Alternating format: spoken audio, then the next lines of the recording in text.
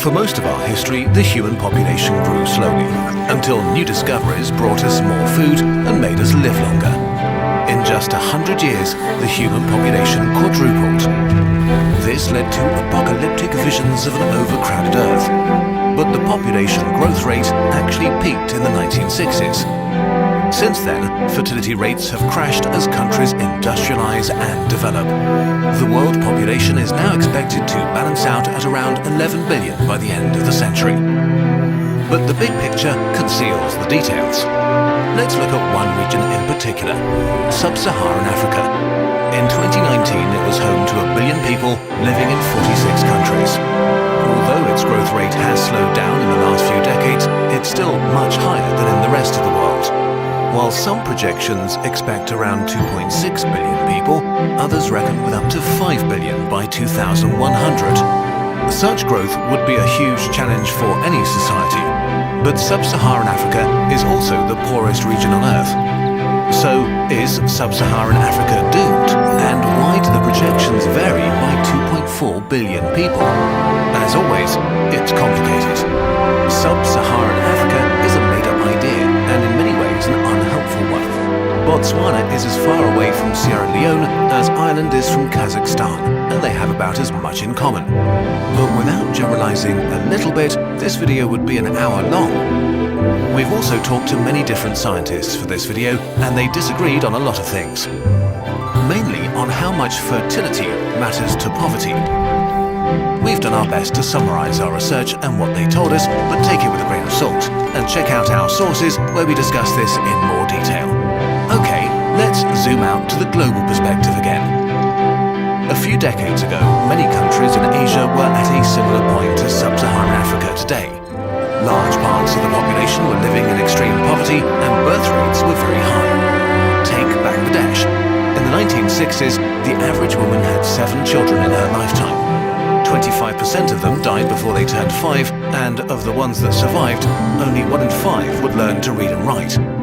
Life expectancy was around 45, and per capita income was among the lowest in the world. So beginning in the 1960s, Bangladesh started a family planning program based on 3 main pillars. 1. Education helped to change women's outlook. Women with a higher education tend to want fewer kids and become mothers later in life. 2. Better healthcare lowered child mortality, leading to parents wanting fewer children because they could expect them to survive. 3. Field workers brought contraceptives even to the remotest areas, which drove contraceptive use from 8% in 1975 to 76% in 2019. Together, these measures greatly slowed down population growth. In 1960, the average Bangladeshi woman had 7 kids. In 1995, 4, and in 2019, it was down to 2. This also changed the country's demographics and the economy. Before, many children were born but died before they got to contribute to society. As far fewer kids die and fewer kids are born, things change. Kids get an education and turn into productive adults.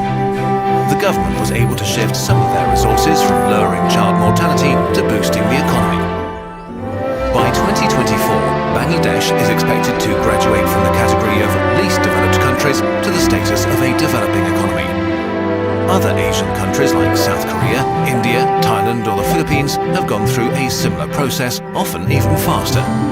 Investment in health and education led to lower birth rates, which changed the composition of the population and enabled governments to boost the economy. Why didn't the same thing happen everywhere in Sub-Saharan Africa? Africa as a whole has made considerable progress with childhood mortality. But especially in Sub-Saharan Africa, education has improved slower than in other parts of the world. And while in total contraceptive use has doubled in the region since 1990, the unmet need for modern contraception among adolescents is still at about 60%. The reasons for this are complicated, and it's impossible to give a single answer here. Africa is a big place with diverse cultures and people, but there are a few main factors.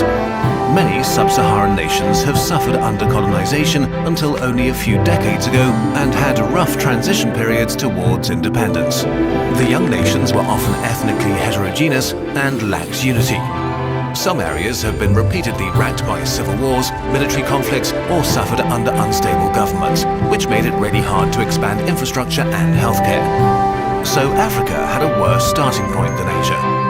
Foreign aid and how it was applied, especially during the Cold War, is also a contentious issue.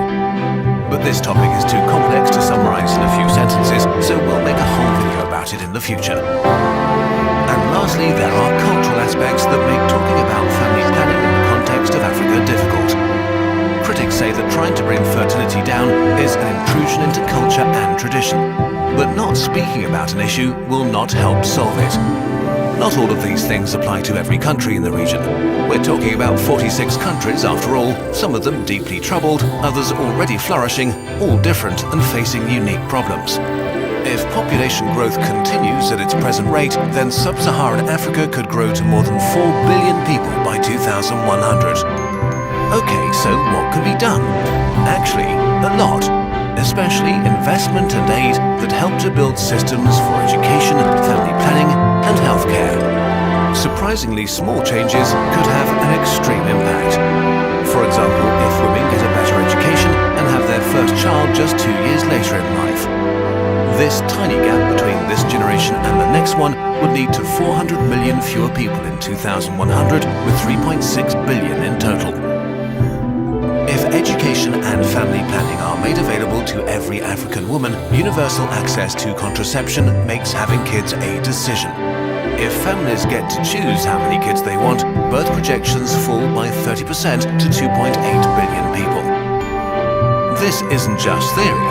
There are already examples that are reason for optimism. Ethiopia, the African country with the second biggest population, has made a lot of progress in a relatively short amount of time. Improving health services led to a drop in child mortality from 20% to 7% since 1990. And up to 30% of the annual budget was invested in education, and the number of schools increased 25-fold over 2 decades. So, summarizing, there are serious challenges ahead, but they are far from unsolvable. Sub-Saharan Africa does not need pity or gifts, but attention and fair investment. It's a region rich in resources, culture and potential. If things go right, we'll see a turnaround similar to the one we've seen across most of Asia in the last 30 years.